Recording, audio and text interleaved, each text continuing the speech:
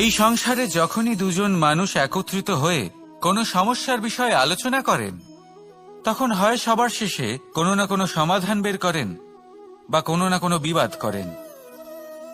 এই বিবাদ হলো মনুষ্য জীবনের সবথেকে বড় ঝামেলা, সবথেকে বড় সমস্যা। ভেবে দেখুন, এই বিবাদ কেন হয়? তখনই হয় যখন বার্তালাপ ঠিকমতো হয় না। আর বার্তালাপ ঠিকমতো কেন হয় না? কারণ বেশিরভাগ সময় মানুষ একটাই ভুল করে বসে। সামনের মানুষের কথা শোনেন, কিন্তু তার উত্তর দেবার জন্য, তার কথার মর্ম বোঝার জন্য নয়। কিন্তু যেদিন থেকে, যে মুহূর্ত থেকে আপনি এটা শিখতে শুরু করে দেবেন যে আমি অপরের কথা শুনব, কিন্তু সেটা বোঝার জন্য, তাকে উল্টে জবাব দেবার জন্য নয়, সেদিন থেকেই বিবাদের সমাপ্তি ঘটবে আর বার্তালাপ স্পষ্ট হয়ে যাবে।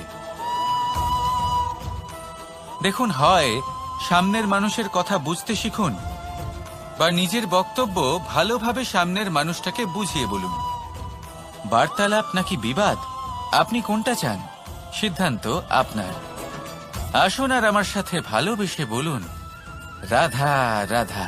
মানুষের জীবনে সবসময় কিছু না কিছু ঘটে চলেছে। কখনো ভালো কিছু ঘটে, আবার কখনো দুর্ঘটনা ঘটে।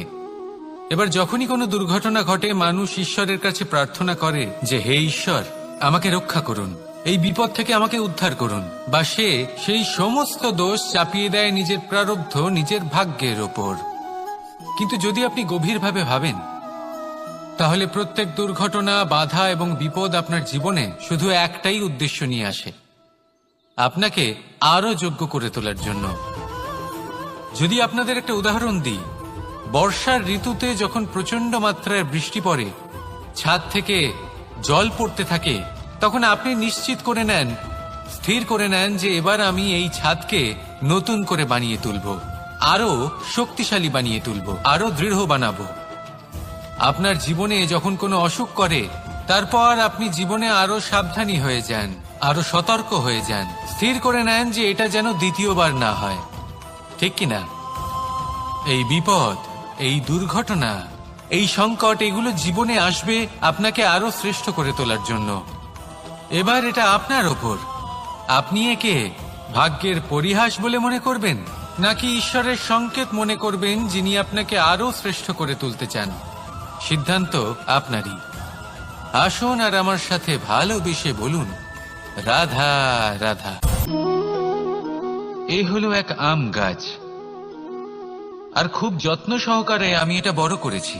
প্রথমে বীজ বপন করেছি, তারপর সিঞ্চন করেছি, তারপর এর থেকে অঙ্কুর বেরিয়েছে, তারপর দিন প্রতিদিন আমি এতে জল দিয়েছি। আস্তে আস্তে ওর পাতা বেরিয়েছে, তারপর ও একটা গাছের আকার ধারণ করেছে। এইভাবেই যদি প্রতিদিন আমি ওর দেখাশোনা করি, তাহলে নিশ্চিত রূপে এর শিকড় আরো দৃঢ় হবে এবং একটা বিশাল গাছের আকার ধারণ করবে, যার থেকে কিছু ডাল জন্ম নেবে, আর তাতে আমি পাবো কিছু মিষ্টি সুস্বাদু আম ফল। এবার আম তো সকলের প্রিয়, সকলের পছন্দের ফল, সকলে খেতে চান। কিন্তু আম পাওয়ার জন্য আগে আপনাকে সেই গাছের যত্ন নিতে হবে। যদি আপনি গাছ লাগিয়ে তারপর ভুলে যান, তাহলে সেই গাছের কি হবে?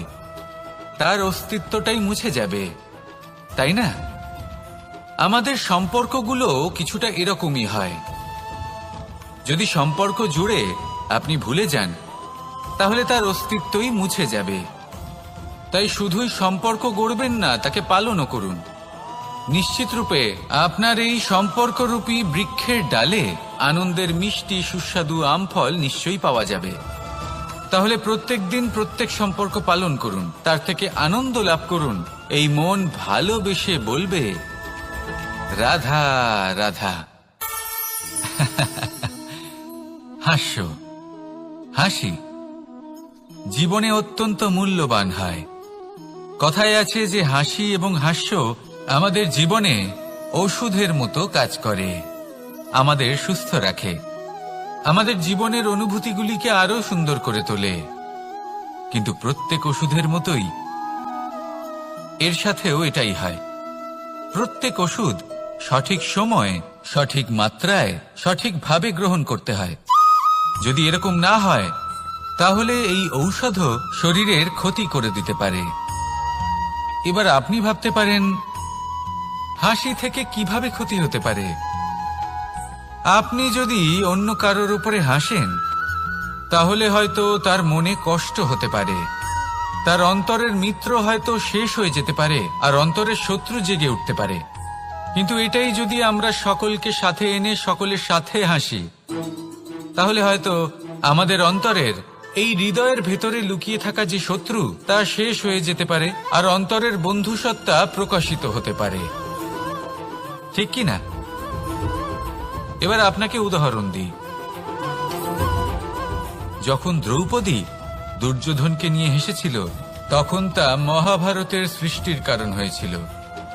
কিন্তু সেইখানেই যখন পার্থ আর মাধব একসাথে বসে মৃদুমন্দ হাসতেন তখন ধর্ম স্থাপন করা হয়েছিল। তা আপনি কি চান? কাউকে নিয়ে হেসে তাকে আঘাত করতে চান, নাকি সকলকে একসাথে এনে তাদের হাসিয়ে তুলে ধনাত্মক প্রভাব ফেলতে চান? সিদ্ধান্ত আপনার। আসুন আর আমার সাথে ভালোবেসে বলুন রাধা রাধা।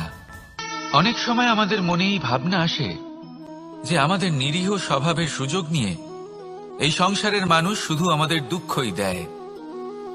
কতবার এমন মনে হয় যে আমরা সবাইকে সাহায্য করার জন্য এগিয়ে যাই আর সকলে আমাদেরই দোষ দেয়। অনেক সময় এমন মনে হয় যে আমরা শুধুই সৎকর্ম করি, সকলের ভালো চাই, কিন্তু সকলে আমাদেরই বিষয়ে খারাপ কথা বলতে থাকে। দুঃখ হয়, কিন্তু আমাদের এটা ভেবে দেখা উচিত যে মানুষ আম গাছের গায়ে পাথর ছোড়ে, শাল গাছের গায়ে পাথর কেন ছোড়ে না? কারণ এই আম গাছে পাওয়া যায় মিষ্টি এবং সুস্বাদু ফল। অন্যদিকে শাল গাছ থেকে আমরা কি পাই? শুধুই কাঠ।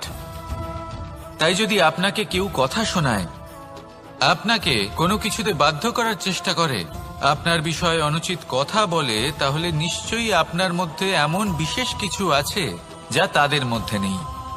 নিজের মধ্যে আত্মবিশ্বাস বাড়িয়ে তুলুন, ধনাত্মক ভাব আনুন, সৎকর্ম করতে থাকুন। কোনো কটুতা এই মনে প্রবেশ করতে দেবেন না। এই মন সুপ্রসন্ন হয়ে বলবে রাধা রাধা। সিংহ। কথায় আছে সিংহ হলো বনের রাজা, কিন্তু যখন সিংহের তথা বনের রাজার খিদে পায় তখন তাকেও বাইরে এসে কর্ম করতে হয়। কোন হরিণ নিজে সিংহের সামনে এসে এটা বলে না যে আরে আপনি হলেন বনের রাজা, আপনি আমাকে ভোজন রূপে গ্রহণ করুন, আমি নিজের প্রাণদান করতে প্রস্তুত রয়েছি। এমন তো কখনোই হয় না। সিংহকে গুহা থেকে বাইরে বেরোতেই হয়, বনে ঘুরে বেড়াতে হয়, ধৈর্য ধরতে হয়, বিভিন্ন ধরনের পরিশ্রম করার পরেই তার ক্ষুধা নিবারণ হয়। হরিণ নিজে থেকে তার কাছে চলে আসে না। সেইভাবেই জীবনে কি সাফল্য আমাদের কাছে নিজে থেকে হেঁটে আসে?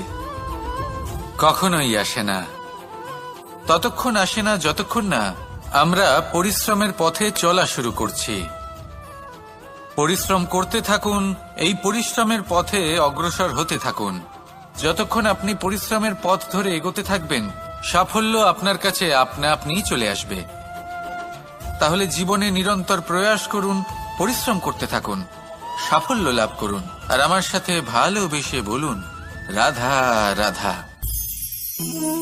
জীবনে ক্ষমা চাওয়া তাও কিছুটা সহজ, ক্ষমা করতে পারা অত্যন্ত কঠিন। ক্ষমা দুই অক্ষরের এই শব্দ হতে পারে, কিন্তু অত্যন্ত বড় এই শব্দ, অত্যন্ত গুরুত্বপূর্ণ এই শব্দ। কখনো কখনো অন্য কাউকে ক্ষমা করে দেওয়া তাও কিছুটা সহজ কাজ, কিন্তু নিজেকে ক্ষমা করতে পারা অত্যন্ত কঠিন হয়ে দাঁড়ায়। অতীতে যদি আমাদের এমন কোনো ভুল হয় যে কারণে আমরা নিজেকে ক্ষমা করতে পারি না, অনেক সময় এমন কিছু ভুল করে বসি যে বিষয় শুধু আমরাই জানি, কিন্তু আমরা নিজেকে ক্ষমাই করতে পারি না, আর আমাদের বিকাশ সেখানে স্তব্ধ হয়ে যায়। কারণ যদি আপনি ক্ষমা করতে না শেখেন, নিজেকে ক্ষমা যদি না করতে পারেন, তাহলে তা আপনার জীবনের সব থেকে বড় বাধা হয়ে দাঁড়াবে। সেই জন্য জীবনে অবশ্যই শিখুন যে কিভাবে নিজেকে ক্ষমা করতে হয়, আর শিখুন যে আগের করা ভুল আবার কি করে না করা যেতে পারে। এই মন হালকা হবে আর প্রসন্ন হয়ে বলবে, রাধা রাধা। আপনি কখনো কোনো সরোবরের দিকে তাকান যার জল হলো শান্ত, স্থির। আপনি স্পষ্ট দেখতে পাবেন সেই সরোবরের তলদেশে কি রয়েছে। তাতে সাঁতরে বেড়াচ্ছে সুন্দর মাছ, চকচকে কিছু পাথর, স্বর্ণরূপী বালি, সবই আপনি দেখতে পাবেন। কিন্তু যখনই আপনি একটা ছোট্ট পাথর তুলে সেই জলে ছুঁড়ে ফেলবেন, তখন সেই জল বিচলিত হবে আর সেই স্পষ্টতা ন্যূনতম হয়ে যাবে। তারপর কিছুই স্পষ্টভাবে দেখা যাবে না। এই ঘটনা মানুষের সাথেও ঘটে।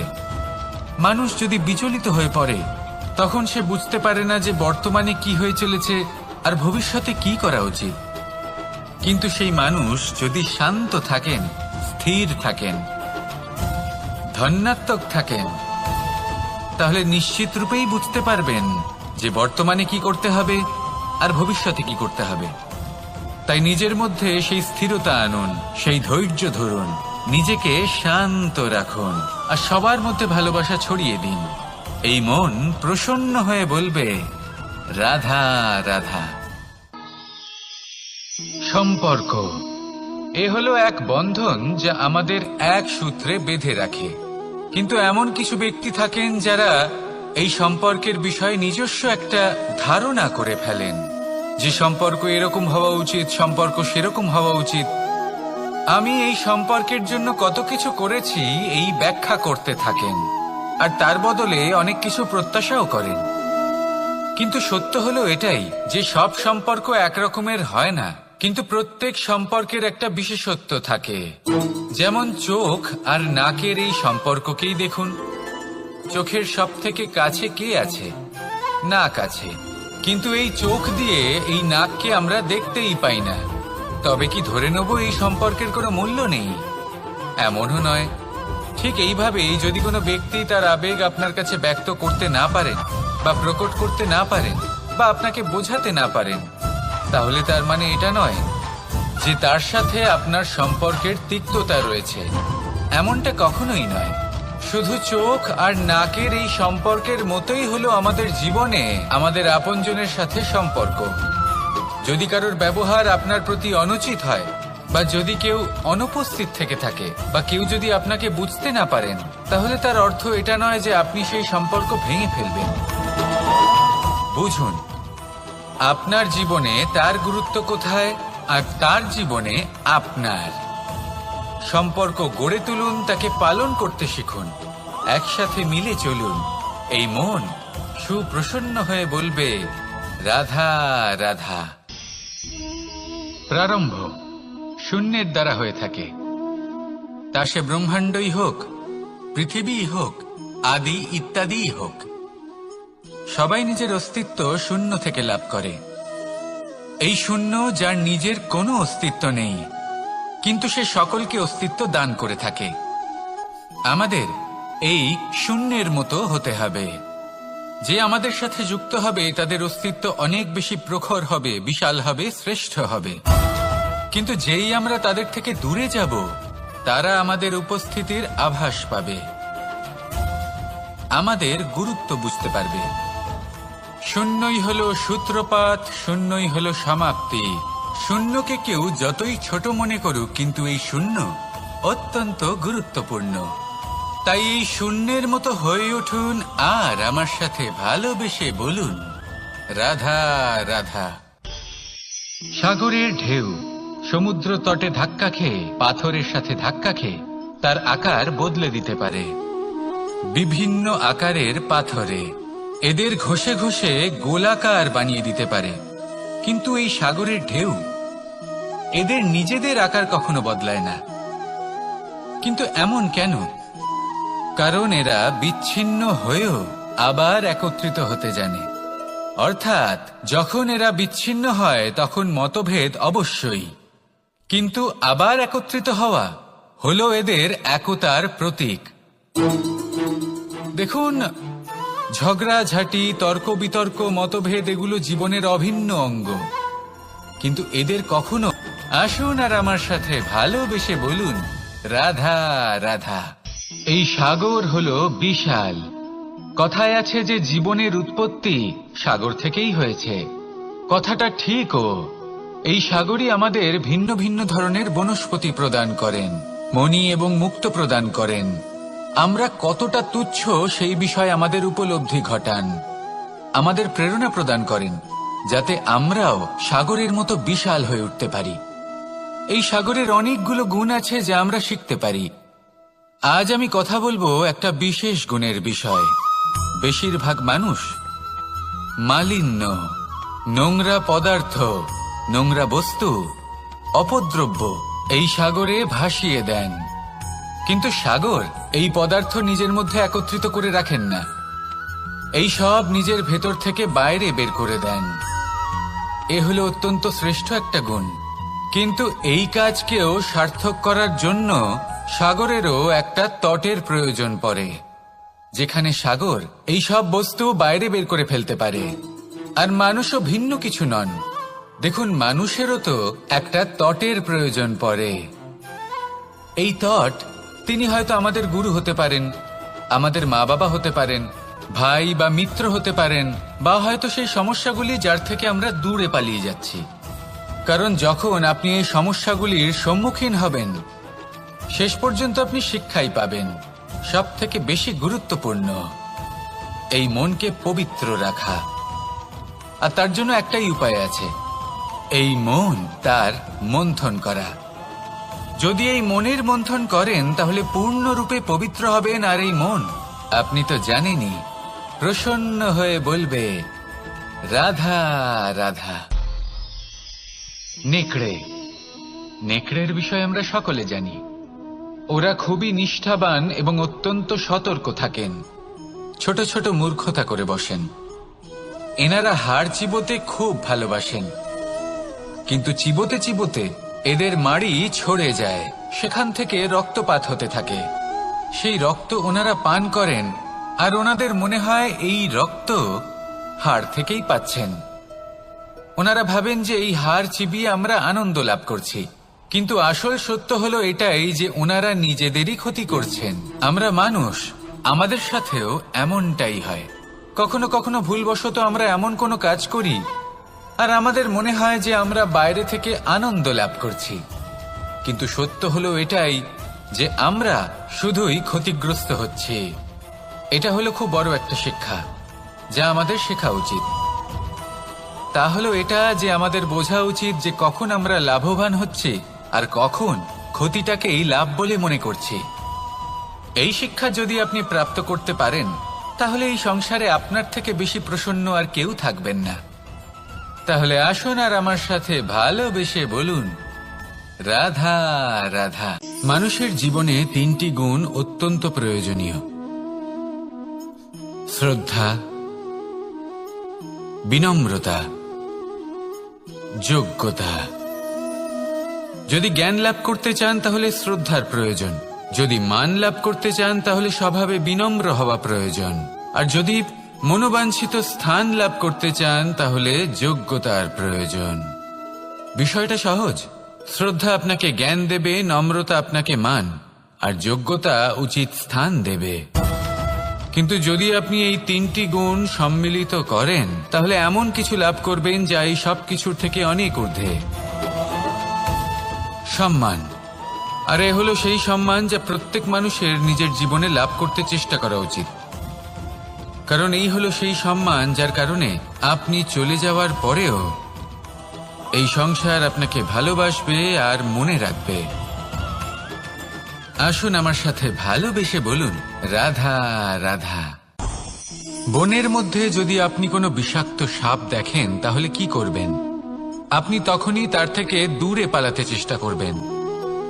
আর এটা কেন করবেন? নিজের রক্ষার্থে।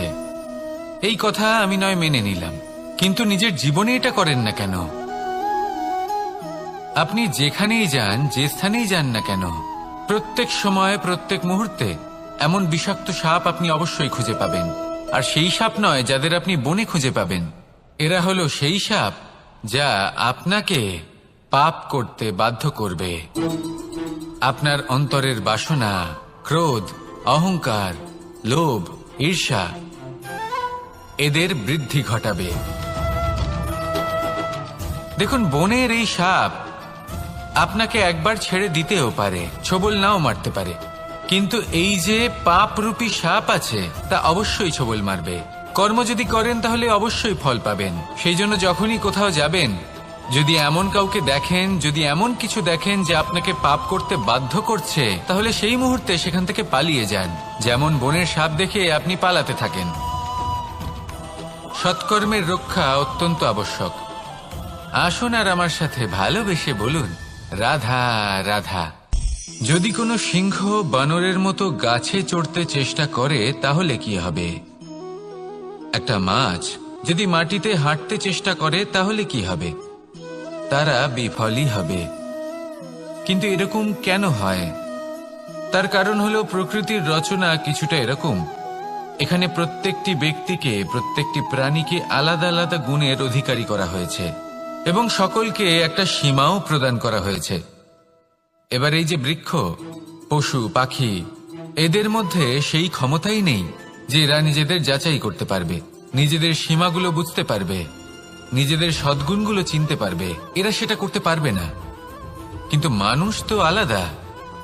মানুষের কাছে সেই বিশেষ শক্তি আছে যে তারা পূর্ণরূপে নিজেদের যাচাই করতে পারবে, নিজেকে পূর্ণরূপে বুঝতে পারবে, নিজের দোষ, নিজের অপগুণ, নিজের সদ্গুণ, নিজেদের সীমাগুলো তারা বুঝতে পারবে। আর এটা অত্যন্ত গুরুত্বপূর্ণ। কথায় আছে যে যদি সাফল্য লাভ করতে হয় তাহলে নিজেকে যাচাই করে নিতে হবে। তাই নিজেকে যাচাই করুন, নিজের সাথে পরিচিত হয়ে যান এবং জীবনে কর্ম করতে থাকুন। সাফল্যের শিখরে অবশ্যই পৌঁছে যাবেন। আর ওখানে যদি যান তাহলে এই মন প্রসন্ন হয়ে অবশ্যই বলবে, রাধা রাধা। অন্ধকারাচ্ছন্ন রাত্রি যদি এসে থাকে তাহলে আলোকিত প্রকাশ নিয়ে সূর্যও অবশ্যই আসে। রোগ যদি এসে থাকে তাহলে তার ওষুধও অবশ্যই আসে। সমস্যা যদি আসে তাহলে সেই সমস্যার সমাধানও নিজে থেকেই আমাদের কাছে চলেই আসে।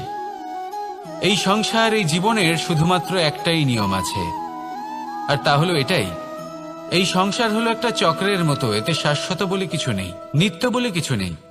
আর যা কিছুই রয়েছে সব বদলাতে চলেছে। যদি আপনার জীবনে দুঃখ থাকে, সমস্যা থাকে, যদি আপনি বিপদ দ্বারা আচ্ছন্ন, তাহলে মনে রাখবেন সবকিছু বদলে যেতে চলেছে। দুঃখের সময় কাঁদবেন না, মনকে আরো দুঃখী করে তুলবেন না, কারণ এখানে যা কিছুই এসেছে তা যাওয়ার জন্যই এসেছে।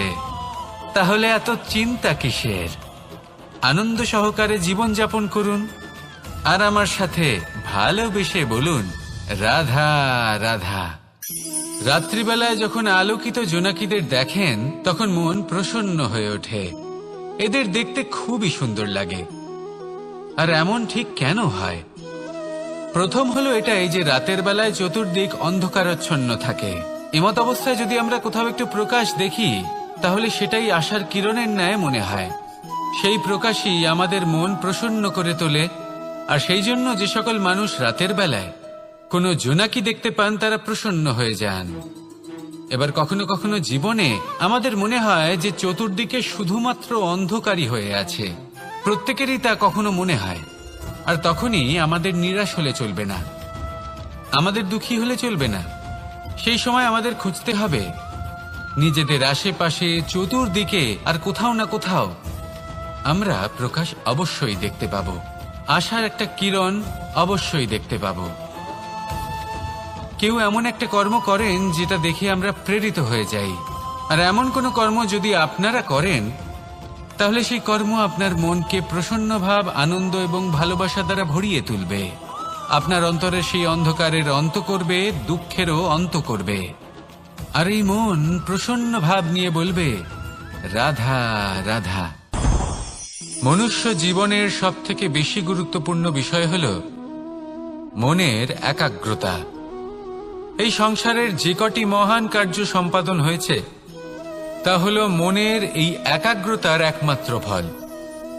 আপনি অবশ্যই দেখে থাকবেন অনেক ছোট বড় নদী যা বয়ে চলে তাদের সামনে একটা বাঁধ নির্মাণ করা হয় সেই সব নদীর জল সঞ্চয় করতে। বাঁধ হয়ে গেলে প্রয়োজন মতো বা মনের ইচ্ছে মতো তাকে ব্যবহার করা সম্ভব।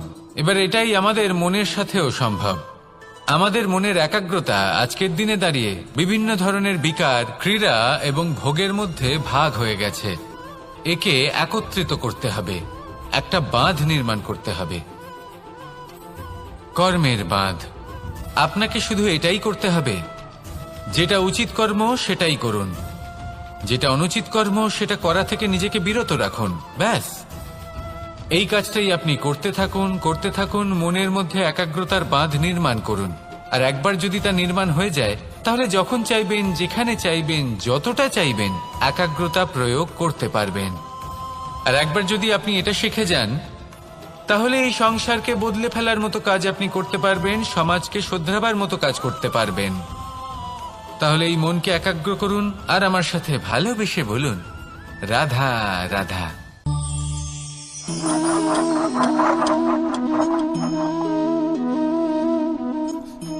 কোন ব্যক্তিকে নিশ্চয়ই দেখেছেন যিনি নিজে কাঠ কাটার এই কাজে নিপুণ এবং অভিজ্ঞ। এবার আপনারা দেখবেন যে তার মনোযোগ সমস্ত কাঠের ওপর থাকে না, তার মনোযোগ থাকে শুধুমাত্র একটা কাঠের ছোট্ট একটি অংশের ওপর, যেখান থেকে তার টুকরো করা হচ্ছে। কিন্তু সেটা উনি কেন করেন? যদি এটা উনি না করেন, তাহলে সেই কাঠ সঠিক পদ্ধতি এবং তাড়াতাড়ি কাটা যাবে না। জীবনেও তাই হয়ে থাকে। আপনি হয়তো কোনো লক্ষ্য স্থির করেছেন বা পথ নির্বাচন করেছেন বা কাজ স্থির করেছেন, যেটা আপনি করেই ছাড়বেন। তাহলে নিজের সম্পূর্ণ মনোযোগ শুধুমাত্র তার উপর কেন্দ্রীভূত করুন।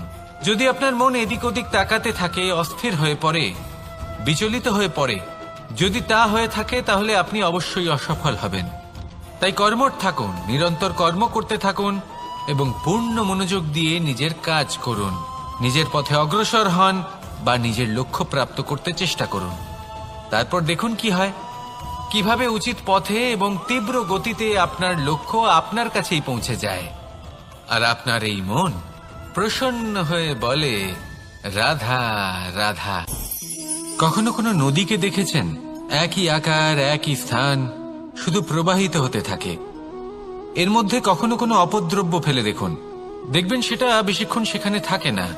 সেটা নদীর সাথে বইতে থাকে আর বয়ে যেতে যেতে সাগরে সমাহিত হয়ে যায়, আর শেষ পর্যন্ত সাগর সেটাকে তটে ফেলে দেয়। কিছুটা এমন হওয়া উচিত আমাদের বিচারধারাও। এক স্থানে তা স্থগিত হওয়া উচিত নয়, এটা সবসময় প্রবাহমান হওয়া উচিত। তবেই আমাদের চেতনা, আমাদের মূল্যবোধ এবং আমাদের স্মৃতি, এই তিনটি শ্রেষ্ঠ থাকবে। আর এটাই হলো পুকুর এবং নদীর মধ্যে পার্থক্য। নদীতে জল সবসময় বয়ে চলে, সেই জন্য পবিত্র থাকে, শুদ্ধ থাকে এবং পরিষ্কার থাকে। আর সেখানে এই পুকুরের তলদেশে সব জমা হতে থাকে, আর সেই জন্য তা অপবিত্র হয়ে যায়।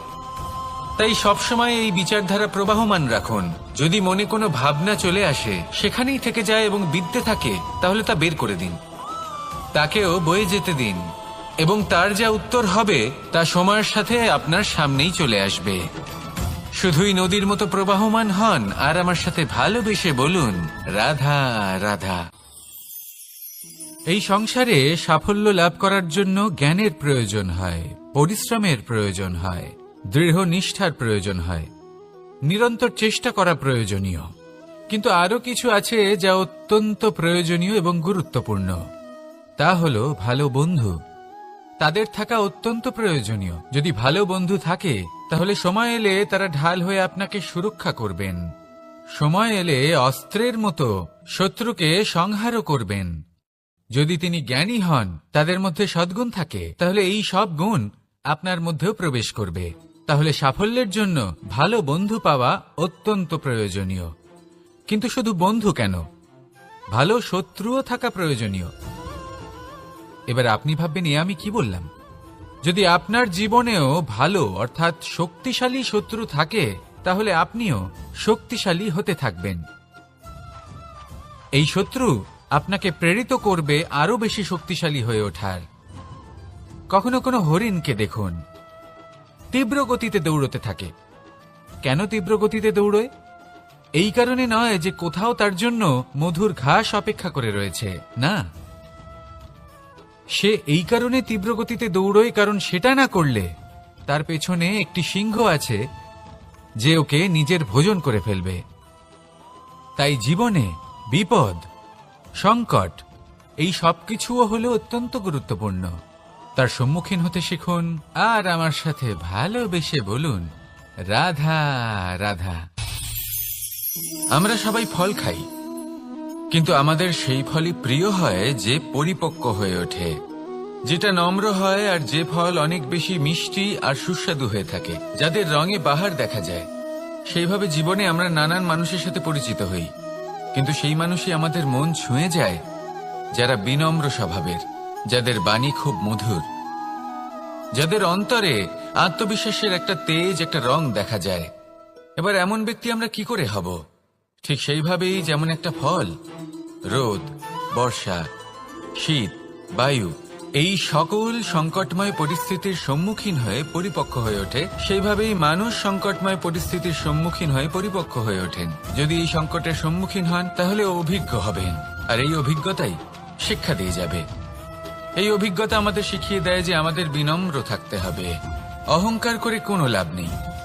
মধুর বাণীর যে কি মূল্য তা আমরা শিখতে পারি। এই অভিজ্ঞতাই আমাদের বুঝিয়ে দেয় যে উচিত অনুচিত কোনটা, আমাদের দৃষ্টিভঙ্গি তৈরি করে, আর এই দৃষ্টিভঙ্গি দ্বারা আত্মবিশ্বাস জাগ্রত হয়। সেই জন্য জীবনে কখনো বিপদ থেকে দূরে পালাবেন না, সেগুলোর সম্মুখীন হন, অভিজ্ঞতা লাভ করুন, তার থেকে শিক্ষা লাভ করুন, এইভাবেই পরিপক্ক হবেন। আসুন আমার সাথে ভালোবেসে বলুন, রাধা রাধা। ধন সঞ্চয় করা সম্ভব, আর সেই জন্য ধন সব থেকে বেশি মূল্যবান সম্পত্তি নয়। এবার আপনি বলবেন, এ আমি কি বলছি? এই ধন খুব মূল্যবান, আমরা সকলে অর্জন করতে ব্যস্ত। সেটা এই কারণে কারণ আপনারা জানেন না এই সংসারের সব থেকে বেশি মূল্যবান সম্পত্তি কি। এ হলো সেই সম্পত্তি যা কখনো সঞ্চয় করা সম্ভব নয়। আপনার কাছে যতই ধন থাকুক তা দিয়ে আপনি স্বাস্থ্য লাভ করতে পারেন, বাড়ি কিনতে পারেন, আদি ইত্যাদি, কিন্তু আপনি যতই ধনী হন না কেন ফেলে আসা দিনের একটা মুহূর্ত আপনি লাভ করতে পারবেন না। এই একটা মুহূর্ত, এই সময়, এটাই হলো সংসারের সব থেকে মূল্যবান সম্পত্তি। একবার চলে গেলে তা কখনোই ফিরে আসে না। আর এই মুহূর্ত যতই চলে যাক না কেন, আমরা স্মৃতির মাধ্যমে সেগুলি যাপন করতে পারি, তার আনন্দ উপভোগ করতে পারি। আর যার সাথে আমরা সময় অতিবাহিত করেছি তার স্মৃতিতে আমরা চিরকাল জীবিত থাকতে পারি। সেই জন্য সময় সব থেকে মূল্যবান সম্পত্তি, তাকে এইভাবে নষ্ট করবেন না। প্রত্যেকটা মুহূর্ত উপভোগ করুন, আনন্দ করুন, আর ভালোবেসে বলুন, রাধা রাধা।